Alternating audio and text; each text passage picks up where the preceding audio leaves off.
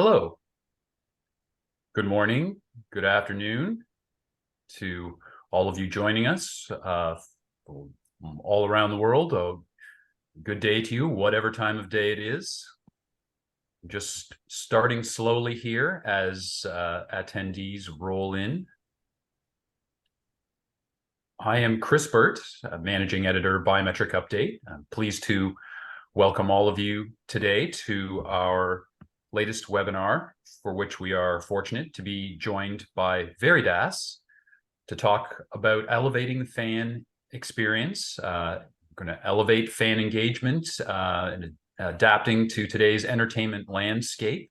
We're going to talk about that with Alfonso Santos, who is Business Director for the Americas at Veridas. Welcome, Alfonso. Thank you very much. Pleased to be here. Well, thank you again for joining us. We are also joined by Larry Butch, who is Business Development Manager for Veridas. How are you today, Larry? I'm doing great. Thanks for having me. Looking forward to this. Me too. It's our pleasure. And we are also very fortunate today to be joined by Doug O'Gordon, joining us as a special guest. Doug is a veteran of the industry, has recently been making headlines on Biometric Update for exploring some of the implications of the legal landscape in the United States. Doug is an influencer in identity and biometrics, and thank you for joining us today as well, Doug. Thanks, Chris. Yeah, Dr. Bip is my middle name, so I'll leave it at that. Thank you for letting me join you guys today. Well, it's our pleasure. Thank you very much for joining us. We're going to be talking about all different elements of the fan experience, what can be done with biometrics and digital identity in event venues, stadiums, any large scale event venue where many people gather. There's a lot to be said in this area, and there's been a lot happening within the industry over the past few years in this area. So I want to just start by welcoming all of you to the webinar and giving you a really quick overview of what we're going to be talking about today and touch on a few housekeeping things, and then we're going to get right down to the conversation. So I think the first thing to note is that Veridas is very well known to most readers of Biometric Update. I think established developer of things like face and voice biometrics, but also getting further and further into solutions building and really taking charge of applications. A part of that process involves folding in DasGate. That happened earlier this year. DasGate is a company that makes access gates, control gates, was already using Veridas biometrics, right? So there's a long established relationship that just continues to build up the Veridas capacity and capabilities. Some of the headlines that we've seen for Veridas on Biometric Update include things like implementations and deployments in stadiums and elsewhere, but also things like participation in NIST's, formerly known as FRVT assessments for their biometric algorithms, assessment for compliance to presentation attack detection level 2 by iBeta, things like this. So again, a familiar name to many. The company went through a fairly significant global expansion, particularly in 2022, I would say. Is that fair to say, Alfonso? Mm-hmm. Well, we've been live since 2017. Today we are present in more than 25 countries, and we have a strong presence in Latin America, the States, and mainly Europe. Right. So a global presence, really, at this point, and so we're gonna talk about a little bit about the different geographies and different markets for fan engagement as we go along. Now, venues around the world have been incorporating biometrics and building digital ID into things like fan apps, particularly over the last few years. This has been a really fast-growing trend in the industry. There's a range of different areas of the fan experience that are being addressed with this technology. And perhaps the most immediately obvious to a lot of people is security, and we are going to talk about that today. But there are also a number of other areas. So I'm interested to hear what the full range of possibilities is with this technology. So, and just to touch on a couple of quick housekeeping points, we are going to get to a question and answer portion at the end of our or towards the end of our conversation among the panelists. So please feel free to use the Q&A function, which you'll find at the bottom of your Zoom screen there. Feel free to type in a question as it occurs to you. Maybe it gets answered. Maybe you want to hear a little bit more about it at the end. So feel free, chime in as you like, don't hold back, and we will get to as many of your questions as possible. We are also recording this webinar, so those of you who are attending will get a recording that you can play on demand to listen back to your favorite parts, or if you need to jump out for a moment. So we will send that to you as well. With all of that out of the way, I'd just like to jump right into things by asking Doug to talk a little bit about the shift that Veridas has gone through. Alfonso referred to the company having been around since 2017. Veridas started with a lot of work in the banking sector, was growing in the insurance sector, addressing use cases in telecommunications, government services, things like that. Big headcount increase last year. I hear that is happening again this year. And now a large focus on the stadium and large events market. So, Doug, can you talk a little bit about what's behind that increase in focus? Yeah, that heavily targeting stadium market seems like a really good opportunity in that, like, I call it hospitality, which could be even a bigger play, because I call that the curb to couch travel, entertainment, those experiences that you can, the unforgettable experiences, I would call them, and how do you make those even better and elevate them? So when I think stadiums, I automatically think a lot of other things like casinos and theme parks, national parks, like places where there's hundreds of thousands of people, and no one's disrupted this experience or this fan experience yet. It's kind of been the same way for the last 100 years. And that's what I'm really calling this, is really enhancing that fan experience. So, really it's kind of come down to the point of how do you want to change that attendee physical digital experience? And I really have like a two-part question for you, Alfonso or Larry. Where are all these venues headed, and how can we enhance I call it the magical moments, which are very pricey most of the time, this art of the possible of putting together the digital and the physical experience? My first question to you is kind of, why are you choosing stadiums today? What's the rationale behind picking that market? So I think we have to begin by saying that it's evident that the post-pandemic landscape has brought significant changes when dealing with the interaction between the fans and stadium operators. Okay, so I think that needs a lot into the discussion. So, for example, 2021 study conducted by Oracle revealed that 44% of fans are willing to pay extra, for example, for queue jumping privileges, or even 50% of millennials that answered that survey believe that priority access to bypass lines justifies an additional cost. So what we see is that after COVID-19, experience has changed, or even I would say must change. So today, waiting in lines, and it's waiting lines not only to access the parking, to access the stadium, but also to access the concession store.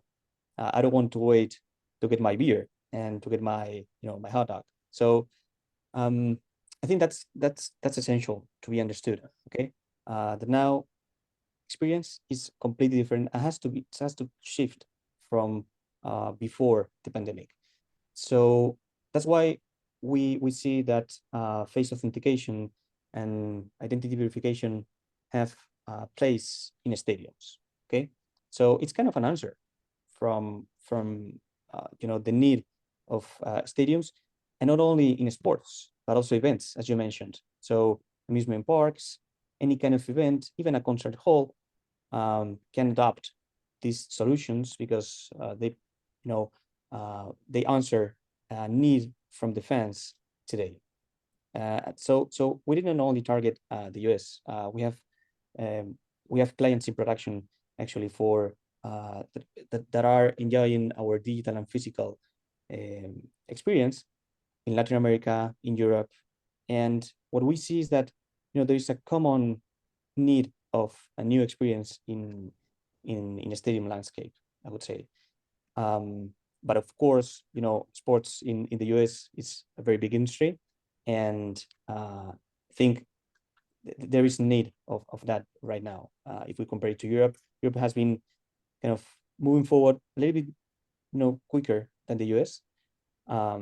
So that's why right now we are here at this point. I was hoping you were going to say the World Cup's coming to North America, and that seems like a really good opportunity. And it's far enough out where you could, jump on the opportunity. So, part two of my question is: if I'm a stadium operator, stadium owner, how does the journey begin with Veridas? Can you paint a picture of how that initial discussion begins? The convergence of digital and physical within my operations. I call it access ID to entry is my tagline for melting those two things together into a seamless mobile touchless experience. Tell me what it's like buying a ticket all the way to when I get home. Like, what could happen? How do you sell this product to a stadium operator? What's the initial? Yeah, I'll take that one, Alfonso. So with the event experience, whether it's with a stadium, a concert hall, whatever the venue is, might be an amusement park, the experience starts long before you even arrive, right? So you're acquiring your ticket. Maybe I'm acquiring tickets for 4 or 5 or 10 people, right? And I want to be able to transfer those tickets to them. I can do that right from our application, and I can get them enrolled. So I also want to be able to, what the survey came out to us, as Alfonso was indicating, is people want to pre-plan these days. People want to pre-plan how they're getting to the stadium. If they're going to be parking, they want to make sure they've got a parking spot there. And that can all be pre-planned. If they're going to a dinner, whether it's in the venue, off-site the venue, owned by the venue, that wants to be pre-planned. And they want to be able to just have a seamless, top-notch fan experience. That hospitality that you indicated, Doug, is huge. So when I go to the stadium, I want to build memories. I want to have 100% positive, and I want to be able to free flow and walk into the stadium knowing that my face just read my ticket, it activated it. All my guests are there. If I needed to activate a credit card, that could be done. If, to Alfonso's point, I want to buy an adult beverage, that it's seamless, and the facial age verification is going to pick it up, and I'm not going to have to go hassle to find a wallet, to find maybe it's my digital ID or anything like that.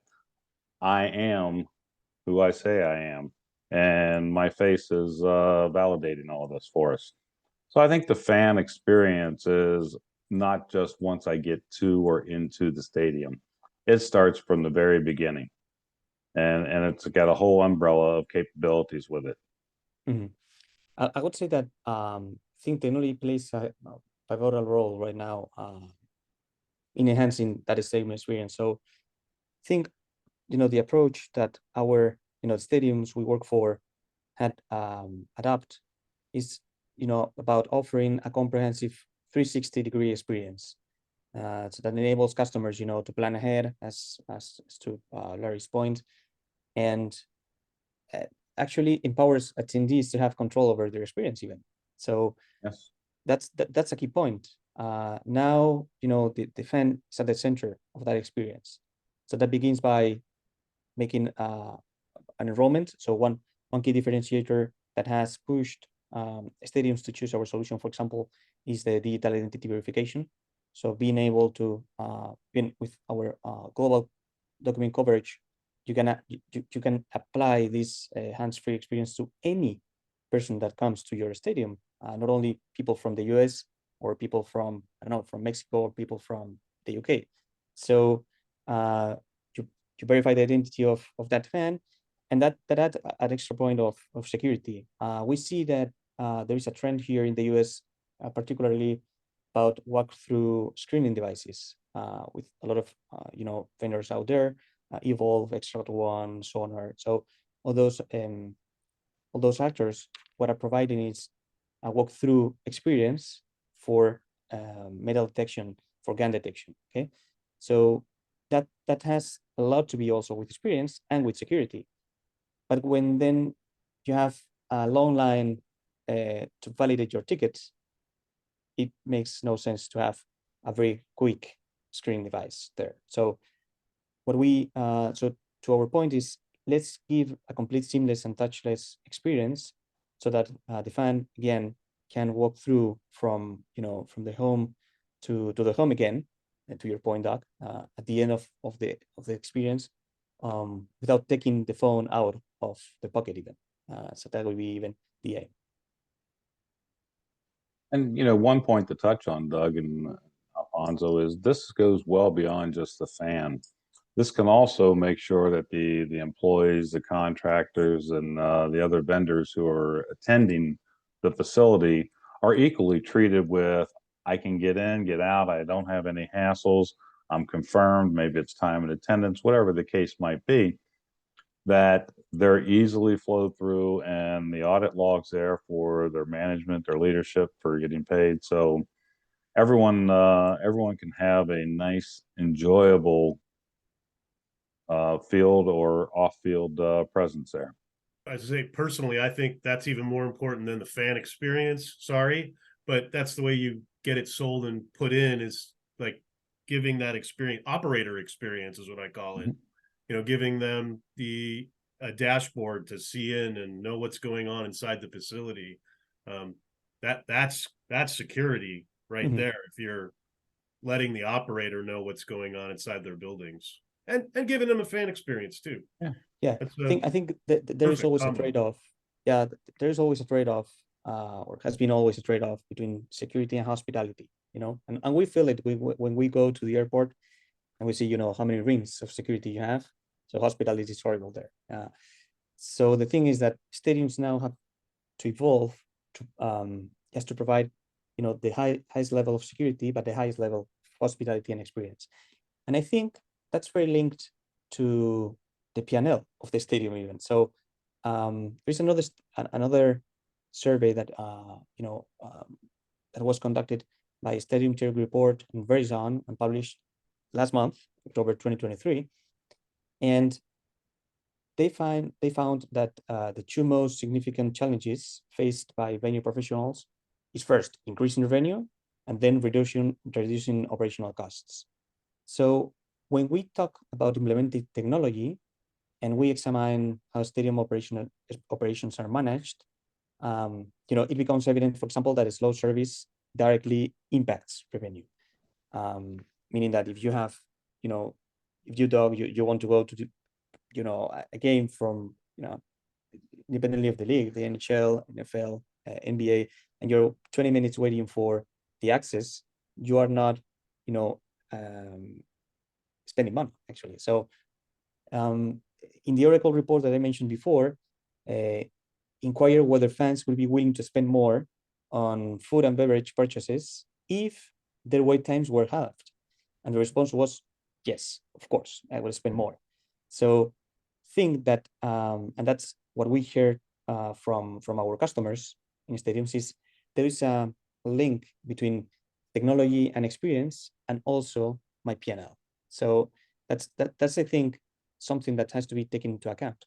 So even in that stadium, they found that the majority expressed that they would spend even an extra $10 per game, which is a lot, considering that they, on average, a fan spends like $40 on food and beverage. So there is a connection between the P&L of the stadium and technology implementation. That's awesome. I mean, my next question is more of the regulatory, and I'll wait till we get down the road on my next question. Okay. But that's the But biggest question. I'm gonna save that one for later.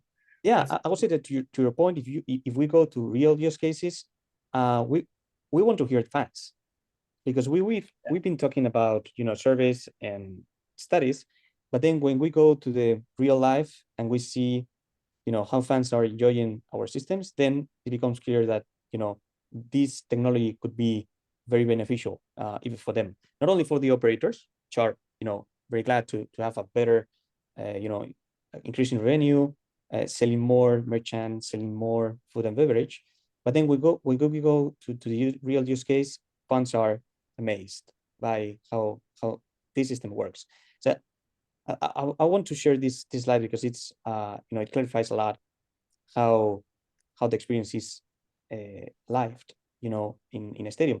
This is a real game in Europe. And as you see, well, we say that there are always two steps, as we said before.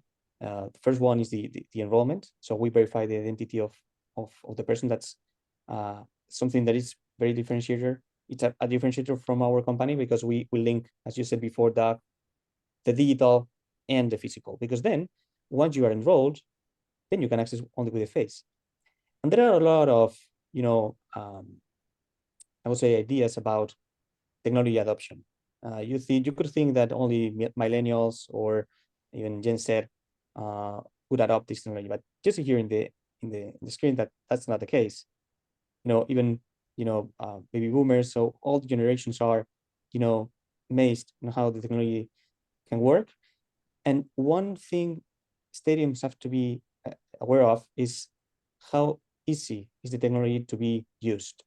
I think that's key when we've talked to our customers. Even communication is paramount, so you have to communicate very well what's the purpose of the technology, that's going to be served, where it's going to be data stored, but then how they're going to use this technology.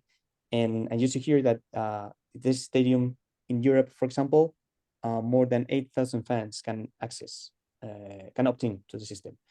And as you see, they don't take the phone out of their pocket or a ticket. And in terms of safety, that's a lot, because you are giving access to real people, not to tickets, not to numbers. So in this case, we see huge success on the implementation of these technologies. If I could jump in here. Go ahead, Chris. Thank you, Larry. Yeah, I just wanted to ask, because Alfonso, you brought up the issue of adoption. And I mean, as we see this example here, I think all of us who have attended an event anytime in memory at all can remember standing in a lineup and being frustrated about it. So I just wanted to ask, is this the sort of ground floor in terms of adoption and the problems that operators want to solve when they come to you, or are these some of these other capabilities that you're talking about around ticketing, around some of the different things you can do with concessions? How do those things play out in terms of the needs of operators and their priorities? Mm-hmm. Yeah. So that's a very good question. So I think what we've seen when implementing these technologies is that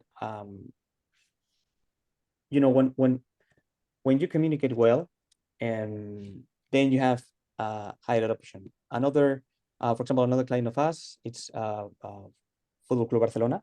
So you know it very well. It's a very well-known soccer team.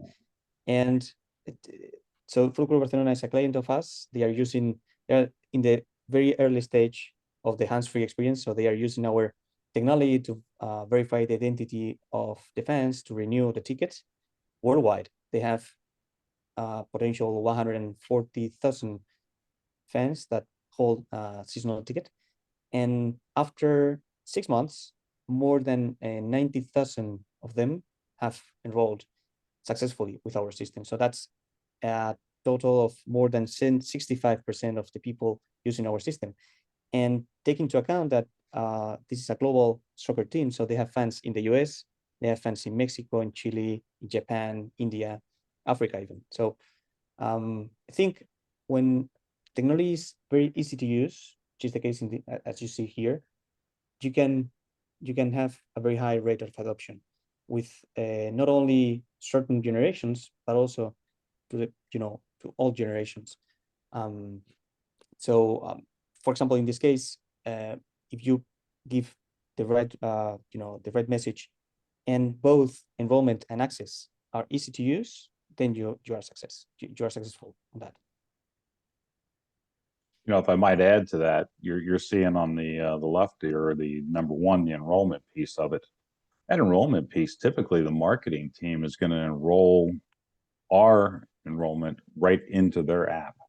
So as a season ticket holder is coming up and they want to put them through, we'll call it many different things, the fast pace, the speed lane, whatever the case might be, more of the VIP experience, rolling out that red carpet and saying, you enroll here, your tickets will be sent to you. If you send them to someone else, then they can enroll for that particular match, game, event, whatever it is, and then they're clear to go. So once people start seeing the ease to which this is done and the heightened security, but most importantly, the heightened hospitality, that fan experience, to Alfonso's point, the adoption rate just starts domino effect. It rolls right in. And I would say that digital divide is getting less and less. I've seen a statistic that says 97% of Americans have access to a mobile device. And then, Sure. Part two of what I wanted to say was, I keep going back to that World Cup 2026. Everybody's going to buy tickets. Everybody's going to get a ticket, right? And if they're coming to America, but sure, you're going to have everybody. Soccer, football is the planet's sport. You're going to have hundreds of countries coming here. It'd be great if this technology broke that language barrier too, because you buy these tickets, and I'm sure that maybe Veridas has it in different languages too. So all this information can be shared in your language.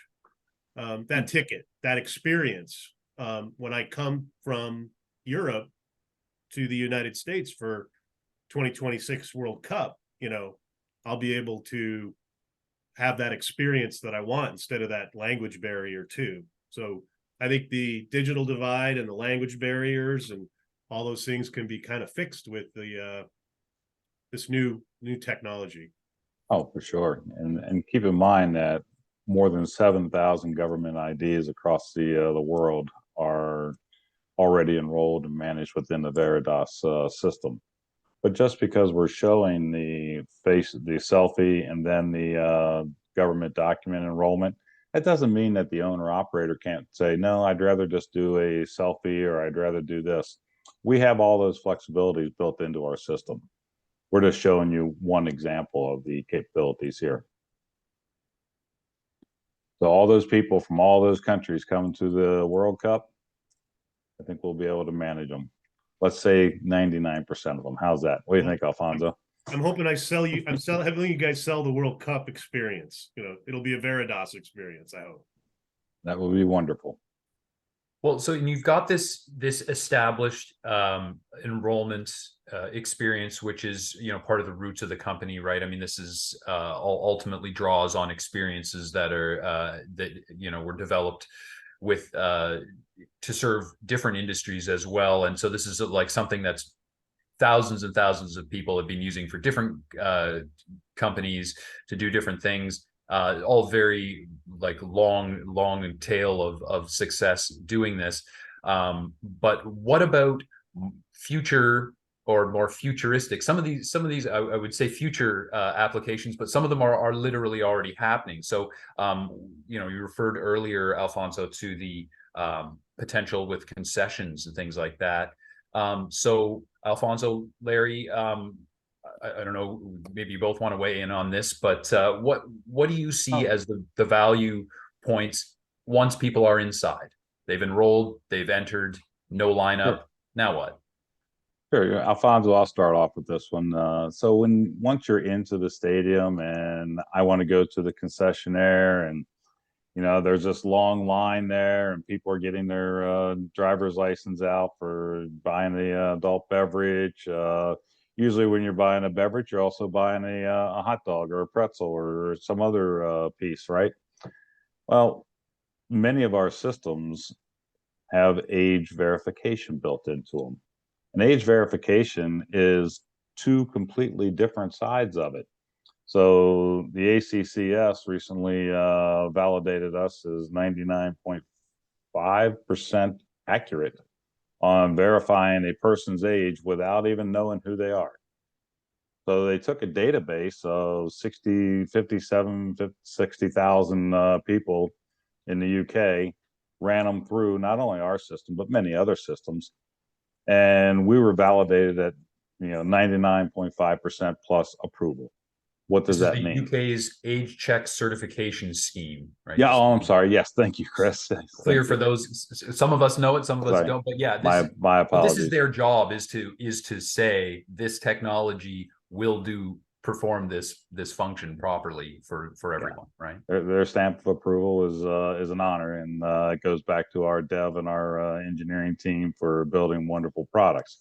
But the point is, I can now walk up, order this beverage, and immediately the person on the other side serving me is going to get a green light, a green check, or a red one, right? If there's a red one, then they're going to have to ask for my ID and check it. But, I can clear 95% plus of all the people in an instant. No 15, 20 seconds to get a driver's license out, read it and hand it back and figure it out. It's done instantly. And there's an audit trail behind it. Now, if you're enrolled in our system, we know what your age is if a government ID was there. So the fan experience, I've got a speed lane here, a fast pass, call it whatever you will, that I can service my customers quickly, more enjoyably. And if my face is also attached to my credit card for some capabilities, I can already charge it off and be gone. So it's just as if I walked up, picked it up, and walked away. And everyone's happy with it. Alfonso, you want to add anything to that?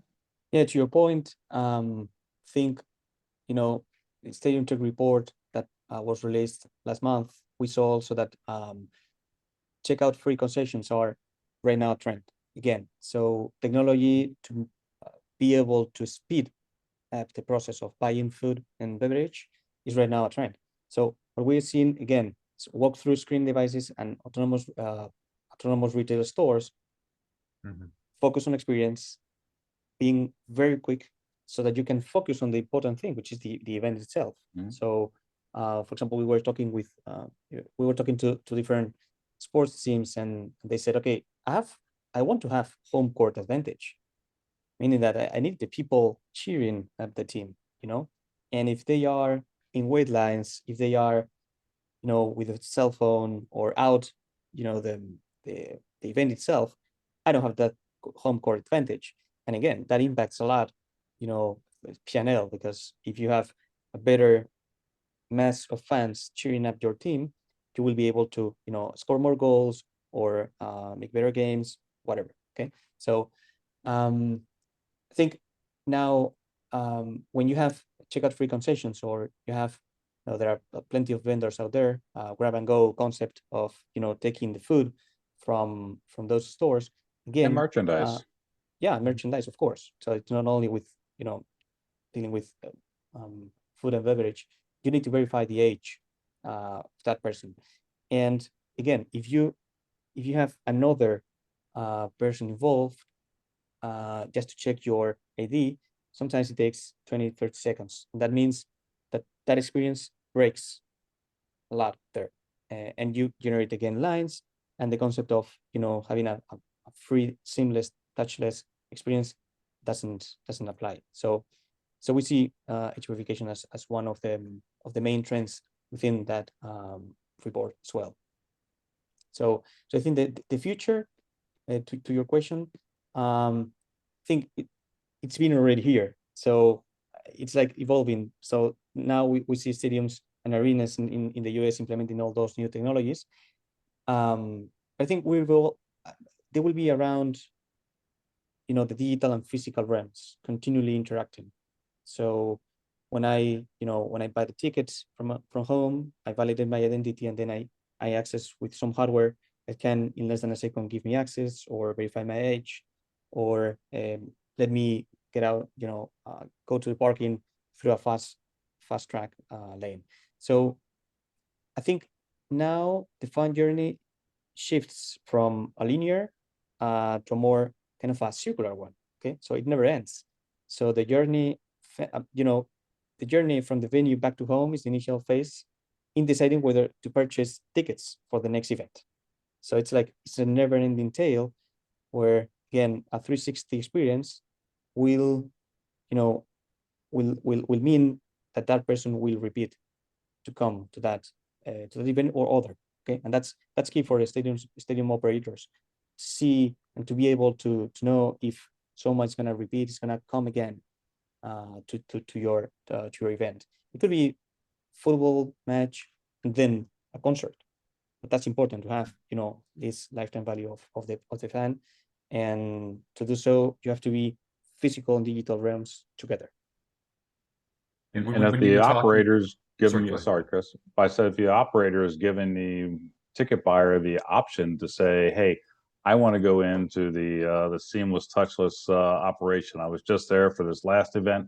What a wonderful time. I want to opt into that, or if they just make it automatic for them, the fans will crowd to it. That's your adoption rate.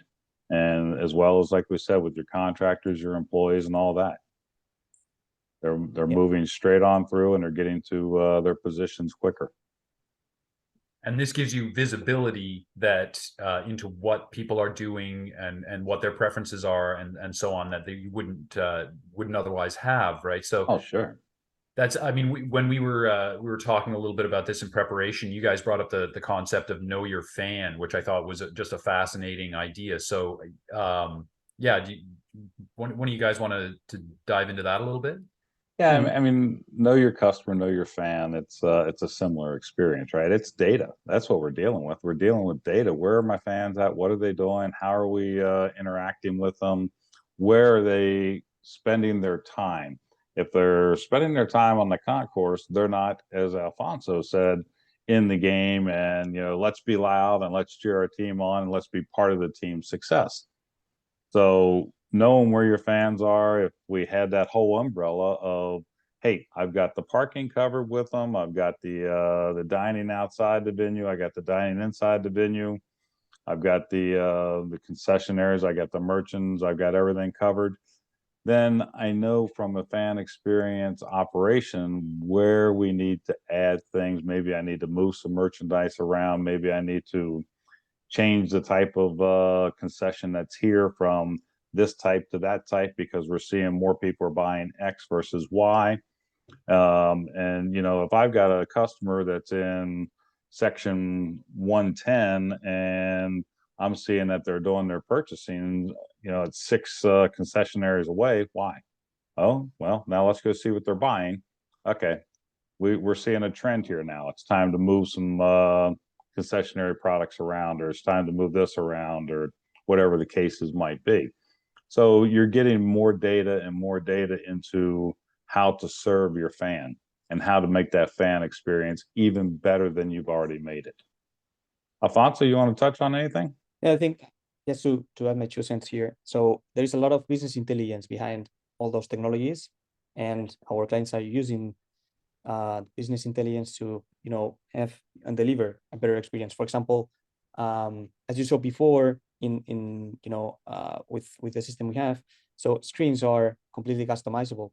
That means that you can have an extra marketing asset ready for the fans. And one fun thing here is that you can deliver a completely customized, tailored experience to the fan, like happy birthday. You have a free beer, grab a free beer from the concession store, or even you can, you are the spectator number 30,000. Grab a free jacket from the merchandise store. So that way of interacting with the fan, it's key, because you are no longer a number, which is the case today. So we said before that increasing revenue is key for stadium operators, but today they don't know their fans. So they only know ticket holders. They only know ticket numbers. And the future of the relational marketing that stadiums and arenas are going to deliver is based on how you interact and the touch points you have, even if it's a hands-free experience, it's a touchless experience, but you understand my point. The touch points you have with the fans to have a completely tailored experience to you. You are the most important guy in the stadium, and you need to feel that like this. So, and that, I mean, that the appeal of that is easy to see, but it kind of brings up the then the privacy concerns and compliance concerns that operators might also or also do need to be aware of. Whether they are used to grappling with these things or not. So, could I maybe throw it over to you, Doug, to get us started talking about how that plays out? And I mean, Veridas is based in Spain, right? So you've got GDPR to deal with, but the situation is very different in North America. So, how do we navigate that, Doug? Well, how do I say this nicely? Europe is, I would say, I don't want to say light years ahead, but I would say a few years ahead of where we're at, which is great for your company, so you can catch up, or we can catch up. So Europe, when it comes to better identity, I mean, you guys are already establishing a mobile ID. We're kind of on the starting line. We're right on the point at which this is going to become something. So what lessons can GDPR is GDPR. It's been around since what, 2018, 17? About as old as your company, I would say. I might be a little off on those years. It might even be older. It might be 10 years. Sorry. But the fact of the matter is we're sort of at the beginning, and Europe's been doing it for a while. What lessons with this GDPR compliance and regulations, what could you tell North America about some lessons that you've learned with current customers in Europe? And right now, I call myself the expert in BIPA. I live in Illinois, and that law is something that I think is holding us back a little bit. So educate us on what you've done in Europe and what you've learned. Mm-hmm. So here, there's a very powerful concept that GDPR brought to the industry, which is the privacy by design and by default commitment. Okay, so I think privacy is a pivotal point, since the first design steps that we had of all our solutions, it's paramount for us. So we make sure in this case that minimum data is collected and stored. And this is something that we also convey to our customers, and those customers to the end users. So information is correctly given to users and consent is obtained. And that's the key part of our technology, the opt-in, opt-out possibilities and features. For example, any user, can choose and has the right to revoke consent whenever they want. And in that case, their personal information will be deleted and will be communicated as well to the sports team and to that person in particular. So, for example, rotation times. So as we own all the technology, we can be very agile and very flexible on that. I put you an example.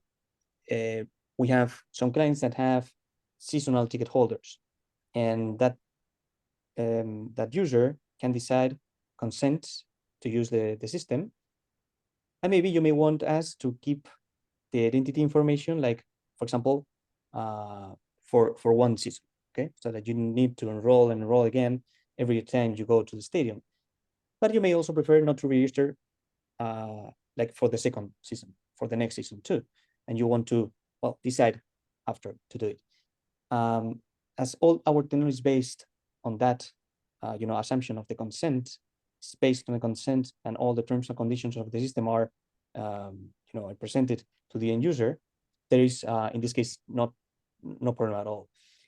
And finally, I think systems that are based on AI, as we have, for example, there are, this technology has some characteristics that allow us to talk about privacy by default of the biometric templates. So as you saw before, we use our own hardware. Okay, so everything is in the same system, doesn't exit any other system. But then we have, we are certified ISO 27000, SOC 2. So that gives a lot of, peace of mind to our customers, because they know that we can keep all this information secure. And then, to my previous point, we don't store any picture. So that's key as well. So when one stadium chooses to implement this face authentication technology, can be ours or not. Of course, if it's ours, better. They have to be, they have to take into consideration all the certifications, the accuracy of the engine, robustness against any attack, and of course that no picture is stored. If for example, we work with the biometric templates, and that makes the biometric template irreversible, so we cannot take, we cannot get back to your original face from the biometric vector. It's non-interoperable, so we cannot take, the biometric template from our terminal and then put it into another stadium and you can access. Okay, so there are a lot of things that, as we were born under the GDPR scheme, that we can provide in terms of trust and confidence to our customers. I think that's a huge competitive advantage for you with already obeying. I talk to a lot of lawyers now, so like GDPR Article 9 is what they refer to when it comes to handling of biometrics. If you've been doing that and you have solutions and case studies, and I guess my other question to you was, I guess you are working with the new FCB Spotify Camp Nou, which is Barcelona's big football stadium, soccer stadium, that has 105,000 people. So if you're doing those types of solutions, wow, what a great case study for America, North America. Yeah, of course. As I was telling you Chris. before, yeah, no, Canadian. and South America and everywhere else too, really. The Americas. That's it. Yes. Yeah, the We're Americas. global. So yeah, to your point, of course, think that GDPR has been enforced for a while right now. So, and before GDPR, the European Union has also had like some other laws regulating personal data protection. So in this case, there are many privacy policies drafts and examples that can be used. And,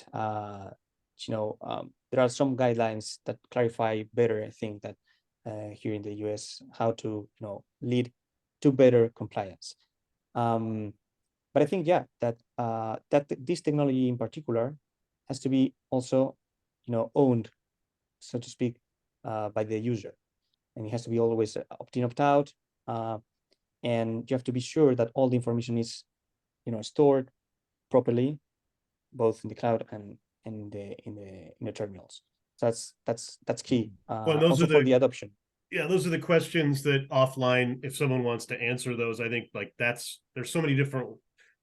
Someone uses the term many ways to skin the cat. Like there's a lot of different ways you can handle that data, and just it's up to the customer, I guess, at that point. So I'm done with my compliance questions. The time's running out, but I think GDPR is definitely your strength in coming to. Yeah, but we are compliant with CCPA, BPA. I was going to say, all data regulations that apply in different states and even in counties, because here in the US there are like even regulations for cities, but that's why we are deploying all our systems not only in the stadiums actually. So corporate security is another sector that is adopting our technology because they feel insecure with RFIDs, with fobs, with any kind of card that can be vulnerated, that can be replicated, duplicated. And again, if you give access to a physical credential, a ticket, you're not giving access to a real identity, a real person. So under that assumption, you can begin rolling out all this technology. Something tells me you have it figured out just by listening to what's, Well, and that's the advantage of that experience, right? And the applicability of it across different geographies and different applications, right? It's the same consent issues at the bottom of the that make up the bottom line, right? So Yeah. And knowing that we own all of our technology, software, and the hardware, we can adapt to the marketplace quicker and in the correct lines. And we also make sure that everything is tested and recertified and structured. and Larry, So- I'll use that term that, there's one person to talk to, and it's you guys for, that in security words, they use the word throat to choke. And it's, you got one person doing all the work, and it's you guys, and you'll make it work. That's the advantage also, I believe. At Veridas, it's one back to Pat. I'm sorry. So we just pat one bat and say, good job, guys. You did what you said you were going to do, and you delivered. That's what we do. So helpful from an implementation standpoint, but also you get the privacy and compliance advantage doing things that way. Right? Yeah. I do want to move on to some audience Q&A. We've got a bunch of questions in from our attendees. So I'd like to turn to those at this point. Well, let's run through a few as quickly as we can, because we are coming up on our hour, but we've got one question. Which tools do you use to verify the identity? We talked a little bit about this earlier. We've been talking about it in terms of face, but you can also do it as like an ID document plus a selfie or different permutations, right? Mm-hmm. So actually, we were born in the financial sector. Okay, so we learned a lot about compliance, about having a strong and robust technology to be able to detect fraud on that sector. That's why when we come here, then we need to be sure again that there is no fraud, no scams getting to the stadium. So we use our own digital verification engine together with the selfie. So for example, it's the same process that 70% of the Mexican banking sector is using right now to onboard clients, widely used by all people. Just take a picture of the driver's license and then a selfie. In less than 10 seconds, you are ready to go. Of course, in the US, for example, another client of ours, Sun State Bank in Florida, is offering the same service. So it's like, it's widely used right now, and we can verify the identity of the person. We check first that the document has no fraud. So it's not a photocopy, it's not, even broken. And then we make sure that the person that is making the enrollment is the legal owner of that document. And we do it by, taking a selfie, and we make a biometric match between the selfie and the picture. In addition to that, we have a liveness detection system, one of the most advanced in the industry, that makes sure that when you take the picture, you're not putting another picture in the phone. So we check that you are alive, of course. And then finally, we are connected to different government services. So for example, in the US, we are connected to the AMVA. So this the body that issues the digital, so the driver's licenses. And then we can check even if those data in the document are real, and that document is real as well. So we have different layers of security depending, on the needs. And as all the technology we have is ours, we can easily customizable and flexible. And one thing that many people may not really look at their own driver's license, but after the event, not right now, after the event, get your driver's license out and study the front of it, then flip it over and study the back of it. And just ask yourself, what's embedded into there? Well, we can tell you. And your face is in there many different times, as well as the other data that Alfonso talked about that are part of the fraud check to make sure that that is an accurate and valid identification and it matches you. So getting a fraudulent, how they used to just slip a new picture into there or something like that, is not going to happen. Not at a Veridas system. Right. Well, and so we're talking about the biometrics. biometric system which is widely adopted in various applications, right? And we've got another question here about what adoption looks like, and specifically referring to how many visitors opt out of the biometric offering. And also asked, do you see a shift throughout the months following implementation? We did talk a little bit about this in reference to FC Barcelona. They've got their season ticket holders, you said, about 65% already in fairly quickly, right? So those are people who are going to using the biometric, right? What can you say about adoption and how it changes over time? So I would say that adoption. So it's the real challenge when you implement the technology is to have a good adoption, and then because then once you are enrolled in the system, it's a very sticky, let's say, process. You love to access to the stadium only using your face. So usually we don't have we have a very low opt-out rate, below 1%, 0.5% per team. So the real challenge is to plan very well the rollout and the deployment of the system. That's why we work hand in hand with the sports team, with the stadium or arena more in general, to make it right. Okay, so you have to you need to make the benefits real clear. Okay, so for example, we think that having a fast track, unique line for facial access works a lot, because people that are not enrolled are waiting in the line, watching access in less than a second. So they realize, why am I here? So if I could be over there already in the stadium. Look at those guys flying right through. That's it. So we see that after the platform is very successful after first 3 months, because people realize how fast it works, and they see how people is getting access very quickly. So we have for example, tennis club that has more than 63% of their the people that access there after the 6th month. Another client of us has more than 45% of the people enrolled in just 3 months. So we see that once fans and public see how fast the technology goes, then adoption increases a lot.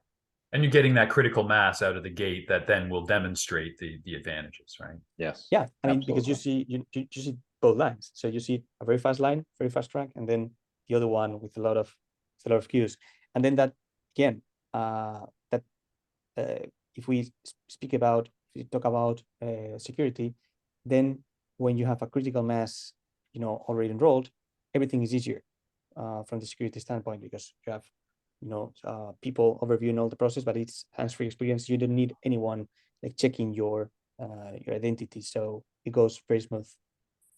And the same thing goes, Chris, as people bring this back to their corporate headquarters and their campuses as well, because they've already experienced the positive aspects of it.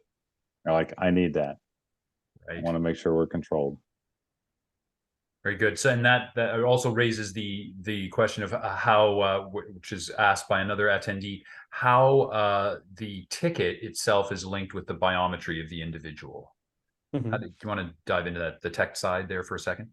Yeah. So we integrate, as we have all the technology. So we own all the technology, and we can get integrated with ticket issuer and access control manufacturers. Okay. So as we said before, for example, our physical devices are integrated with NL, Genetec, Secure 9000, and so on, and also we are integrating with different ticketing issuers. So again, when the process is the following: once you buy the ticket, then you enroll, and that's it. Your let's say your biometric template is attached to your ticket number, and depending on the user and how we implement the system, that ticket number could be a seasonal ticket number, and then you can access every time using your face. You don't need to re-enroll again. So one enrollment can be used for the complete season, and even next seasons. So your platform operator will have their platform that they're sending tickets. Many tickets are digital these days. I mean, I went to a baseball game not long ago, and ticket showed up in my phone. It was great, and I went in. But that same platform, before I accept the ticket, could ask me to enroll. And let's say I just needed a face image or the selfie to enroll with the liveliness, right?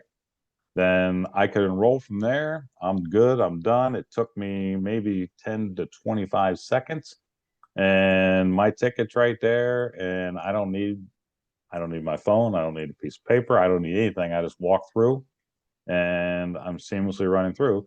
And then I watch the other side of it at that same event, and there were hundreds and hundreds of people standing, waiting, stopped, bumping slowly up through there. So it's quite a fan experience, positive one. Absolutely. We're a little over our hour. I just want to squeeze in one last question if we can. We have a question about implementation. How do you handle pick time? Looks like on-premise solution. So yeah, where's everything running? Yeah, so if we go back again to this picture, that's peak time. So so we have a very high throughput rate. So we can give access to more than 50 people per minute per gate or per system. So that increases a lot, the rate that usually you have with tickets, can be digital or physical tickets. So what we've seen after these implementations is that people know that they can access easier and quicker to the stadium. So they come to the stadium later on. So instead of being there like 30 minutes before beginning the game, making long queues, they access just 5 minutes before because they can do it now. That means that a lot of our customers have told us that concession stores outside the venue in fan zones are again increasing revenue because you have people, instead of waiting, spending there, taking the last beer or the last hot dog before getting to the game. So we usually carry out a study, an analysis when we implement this into stadium, because a baseball stadium is very different than a basketball arena, than a soccer stadium, and will depend on where we implement those devices. But as we have a fast track, it goes very well. Very good. Yeah. There's actually, I said one more question. I'm just going to completely go back on that right now. There's one more question here that I think is just a great one to end off on. So I'm going to modify it slightly and ask if we can go quickly around the horn here. With maybe each of you could offer something, one piece of advice for a stadium or arena operator watching the discussion and considering implementing this kind of technology in their venue. Go ahead, Alfonso. And Doug? I'll just say, this isn't just for stadiums, this is for your whole operation. Think about this as the art of the possible. I use this term a lot, but this doesn't just include the fan experiences. This organizes you as a stadium owner, operator. This makes your business easier to manage. I'm out. I'll go. I mean, I look at it as connected technology. Veridas is one piece of the connected technology. Every stadium, every event, every corporate campus, they're looking to actually put all the pieces of the puzzle together in connected technology. And when I walk in, because I walked in through this method of Veridas with the facial authentication, I may also get immediately the 5G Wi-Fi that's established for my device. So now I'm interacting with the game itself, with the event, with the concert, whatever the case might be. And this also allows that gamification that Alfonso talked about that we can provide to the fan and the fan experience. So I think it's all about the connected technology, rolling out the red carpet to the digital side of life, and really enhancing the fan experience. Alfonso? As we wrap up, going back to the beginning of the session, think simplification and the elimination of the non-essential things in stadiums today or events, you know, are paramount for providing a seamless experience, I would say. So any factors today that are introducing physical or digital friction can hinder the enjoyment of the event itself.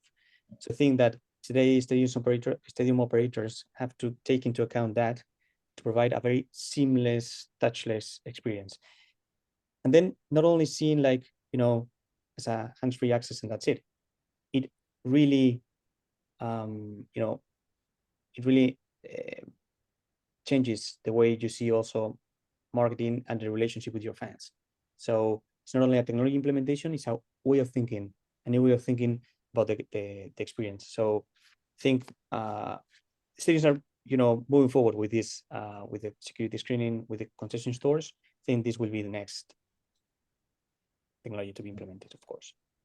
Well, I, for one, am very much looking forward to less or eliminated lineups, customized offerings, quicker payments at concessions, and all of these things. Hopefully, you know, more cheering fans in seats during game time. Looking forward to all of it. So.